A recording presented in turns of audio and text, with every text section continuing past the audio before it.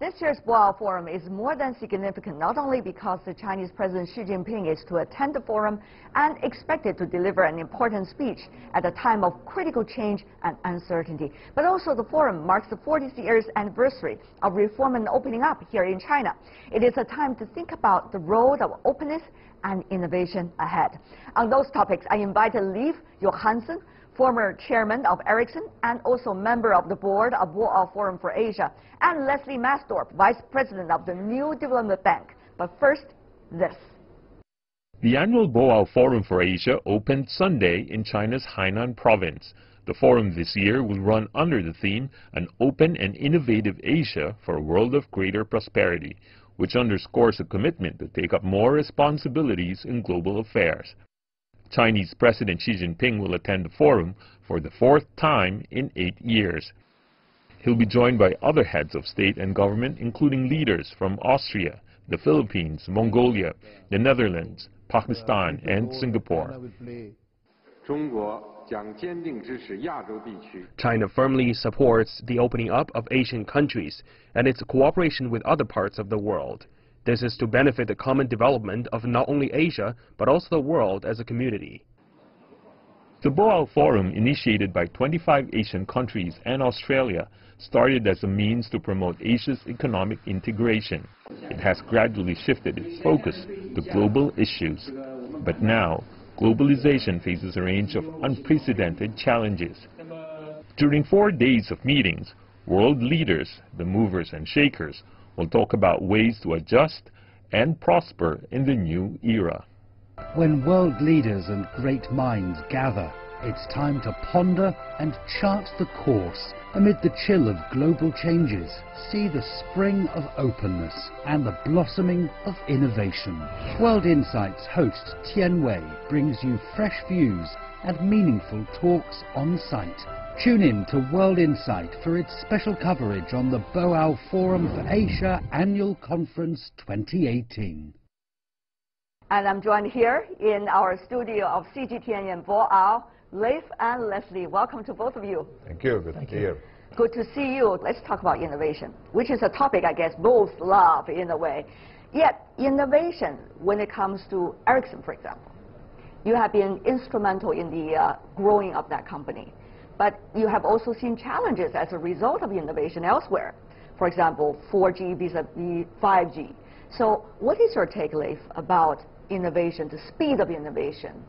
I think the speed of innovation is forever increasing, and one of that is the fact that we can now see innovation being done in many different countries, and we can actually simulate that innovation into our own countries much quicker. So that's one reason. The other reason is the development of information technology, which actually drives the ability to compute much quicker, but also the ability to communicate. So if you can communicate everything in a fast way up to, for example, a cloud, then you can actually get computer resources very well available to you from the cloud, which you cannot afford or do yourself. So even if you're a small entrepreneur, you can actually use the computing power of a very large computer in the cloud at a very low cost. And of course that does drive innovation. All right. Communication in itself means that you can connect all parts of the world at the same speed. So that means that you can go from local to global in a very quick way. You can roll out from local to global very quickly. And of course the combination of that means that if there's a good innovation in China, that can be rolled out in Sweden and likewise. Or in emerging economies.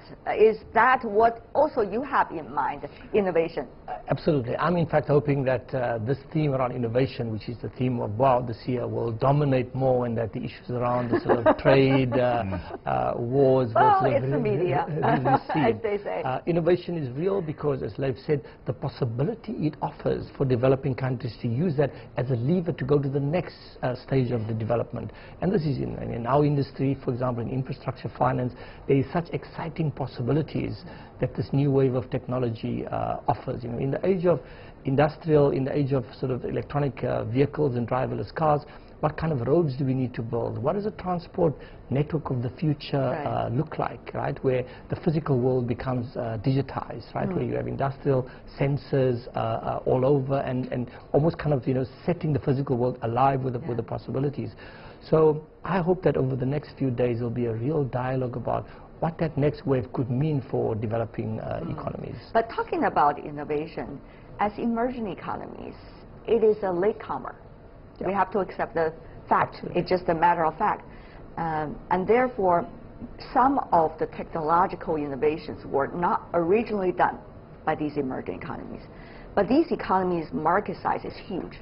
So it could come up with a lot of adaptive innovation on its own. Yeah. While at the same time, its talent is growing, the world is becoming global. Therefore, technologies and new innovations are coming these days gradually, and more from these countries. How do you see that trend, Leslie? Look, I mean, there's already been some exciting developments over the last 10 years, as you know. Let's take mobile payments, for example. You had the development of M-Pesa in Kenya, in an area where there was very poor access to financial services. You had a country here able to leapfrog, where people who never had access to a bank account, a physical branch, immediately moved over to a mobile account and able to conduct mobile transactions without never having had walked into a physical bank. In a similar way, technology today offers that possibility for many of our developing countries to simply leapfrog and adopt what the latest that Ericsson and other companies offer. I mean, 5G, I was talking to Leif before the interview, 5G offers just unimagined new possibilities. A totally that new world. Combined Whole with new world, robotics and AI. And for me, it's really how could we use these technologies to improve people's lives? That should be the focus. What could these technologies be? How could we use these technologies to remove and reduce hunger in the world, to reduce inequality and poverty? We should work on those issues. Before we work on those issues, there's also the competition issue. I mean, think about it. You have the new comers in the field, new kids on the block in a way, Leif. For example, coming from China, Huawei, or coming from other parts of the world, challenging the existing well-established innovation players, for example, Ericsson. So how do you see this map now? I think it is, if you like innovation and you're a proponent of innovation, then you cannot say, but if it comes from there, then it's not good. So therefore, I would say that there will always be new innovative companies. There will always be competition coming from other countries. And we should do our best as a company to really respond to that and compete and be more innovative and see that as a way for our company to be better. The only point that's important is that competition is done at a level playing field, where competition is had at the same time. And of course that's again why I'm arguing for rule-based economy and rule-based trade. If you look at the rules are not bad as they are. There may be need of reform in the rules, but that's fine. Then you can argue that and you can sit down and in a diplomatic way agree that. The fact that we may be moving away from a rule-based trade sounds almost too terrible to even have a risk for. What we have now in a very good part of the world, big part of the world, in the US, here and in Europe, we have actually very good innovation going on in technology. And to not spread that around the world in a quick fashion, I think is to the detriment of the world economy and frankly for human well-being. So if anything that we do that sort of limits the spread of innovation, I think is not good. But I think, you know, as Leif will tell you, in his industry, telecoms and in all the other industries, really, you can see how the world is so interconnected and intertwined. You know, a trade war today versus, let's say, 50 or 80 years ago is a very different proposition. So if you look at a product, let's say iPhone, or I don't know about iPhone when it's sitting next to Ericsson, but, you know, these things are assembled here. Doesn't mean, if you look at the global value chain, not all the IP comes from one country. So it is very difficult to push this to its logical conclusion because the world is so integrated and interconnected that the world's biggest economy, the US and China, need each other. For the US to prosper, they issue debt. Who do you think buy the US treasuries? China is a very large creditor to the US. And if you walk into Walmart or Target or any big US store, most of those goods are manufactured in China. So there's such an interconnectedness that it is not in either one's interest to let this lead to a trade war. In my own company at Ericsson, well, we have 22 countries involved in producing one product. And that is only one product. That's one product. And if you start thinking about how that comes across different industries, automotive, etc., then you really end up in a very, very not black and white picture. You end up in a very complex organizational thing that is going to take decades to change if new regimes actually come in. So very profound effects on everything that has to do with supply chains. Yes, indeed. The world has already got its own order. Yeah. So do not try to destroy that already existing good order. This year, China's 40 years of reform and opening up. This is a big occasion. It is an occasion that people should rally together to see what kinds of momentum China has and how it's working with the rest of the world. I think that has a lot to do with the question you just addressed. Absolutely. And we have a situation now. China is a unique country in the history of the world. It has gone from being a clearly emerging country or a developing country into a now, in many parts of its economy, very developed country. And therefore, of course, that impact on the rest of the world is very different to what it was only 20 or 40 years ago. So I think we see a very reformed, opened up China, and one that should take its rightful place in the world economy on a level playing field. Right. Chinese President Xi Jinping is going to be here in Boao, and he's going to lay out some of the future measures of China when it comes to reform and opening up. From emerging countries' perspective, what are you expecting? I think a lot of the themes have already been echoed at the 19th Party Congress. I think, this shift from, quantity of growth before towards more quality growth, this shift towards a focus on the green economy and moving the engines of the propellers of growth towards enabling a environmentally sustainable future. I think he is going to also emphasize again the importance of trade and openness, because that is a theme of the conference here, because it's all about Asian integration. It's more than likely that we'll talk about Belt and Road, because that is such an ambitious economic strategy and about connecting economies here in the region. And that's what banks like ourselves and others are trying to do to enable countries to integrate their economies more. So I think there's going to be a continuation of those themes, but a huge focus on this quality of growth. Absolutely. And we spoke about competition earlier, and I think people are now no longer just looking at economic growth through GDP lenses, but looking at how many new firms are we creating versus established ones. How much money is going into R&D and innovation. How much retraining is happening of workers. So a lot more that's not the traditional measures that you use to evaluate growth. I'm hoping that you will also focus on those. Belt and Road Initiative, both of you are very passionate about. One is try to provide ways of funding for it and try to come up with new ideas. The other is to see what kind of cooperation that can be connectivity created and telecommunication, what role is going to play.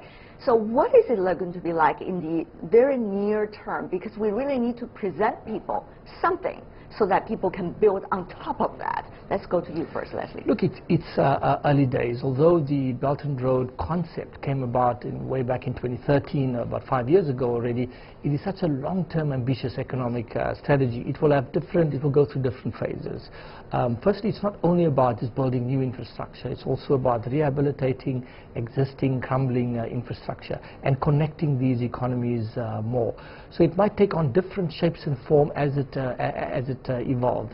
It's very difficult to say now what it will look like in 10 or 15 or 20 years. What we do know is that it's going to be a driver of new growth in Asia. There is no question about that.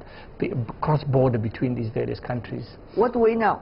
Well, I think let me make the point that when we talk about infrastructure, intellectual infrastructure, information technology, communication, etc., is just as valid as infrastructural project as is roads. And I think this is very good insight that's established here in China and needs to be established in other parts of the world.